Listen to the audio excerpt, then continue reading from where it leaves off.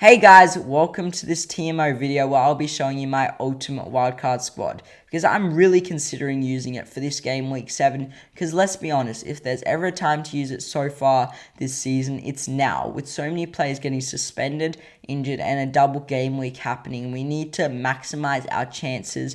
We just don't have the transfers to do that and I am not taking a hit. Okay, let's get into it. With our first keeper being a roller, 4.2 million. He's the best budget keeper so far this season, and a lot of players have gone for Pickford and Turner, and it's only really backfired when Areola has been amazing for me and for a lot of other managers who have gone for him.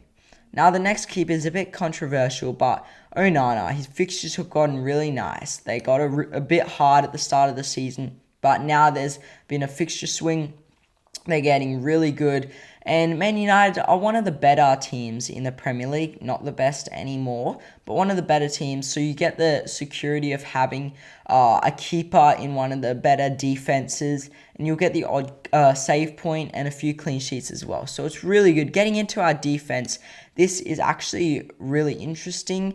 But our first defender, we got to go with Trippier. Because for 6.6 million, the fixtures are so good and his attacking threat is amazing. We saw him finally get a good fixture and maximize it with getting 3 assists.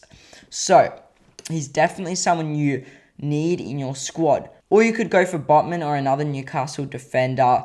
But Trippier's attacking threat is just so much better that I think it's worth the extra 2 million. But you can always change it up. Now, getting into this next defender position, we've got Matty Cash. Now, Cash had one really good game week where he scored, I think, 18 points or something crazy like that. But his Aston Villa's fixtures have had a fixture swing in a good way. So they've gotten really nice now. You want to maximize your defenders who are attacking wingbacks as well. So from Aston Villa, Cash is the best option and he's relatively cheap as well. And now our next player, got to have a Chelsea player. Actually, you don't have to have one, but I really want one in my squad. And Chelsea are still a pretty good squad, which will bring in the clean sheets every so often. So you don't want to miss out on one, and it helps with bench depth, with Levi Colwill being pretty cheap. Now, this one, I'm not missing out on this double game week. And as a budget defender, Kabore, who plays high up on the right wing, right side, and he's probably going to get minimum 4 points in this double game week, which is more than most defenders get. And at max, he'll probably get, if he gets 1 clean sheet, he'll get like 8 points. Or if he gets 12 points. And if he gets the odd attacking return, he could get a really high score for this double game week. And the final defender, Gabriel. I don't want to miss out on these Arsenal clean sheets, so I'm going with an Arsenal player. So that rounds out the defense. Now let's get into this midfield, which is also pretty interesting. Now, Son. We saw him score 5 goals in the last 3 games, and playing that central attacking position is so good. Now, with being Son, most of his assists come from this man. So we saw his 2 goals came from Madison in that most recent game. The only concern with Madison is that he did get injured in that game. Obviously, we don't know all the details. He may have been cleared, but so far I'm not so sure. If that happens, you can always switch him out to someone like Mboimo or Foden, so no big stress there. Obviously, you won't be doing your wild card until the very last day of the deadline.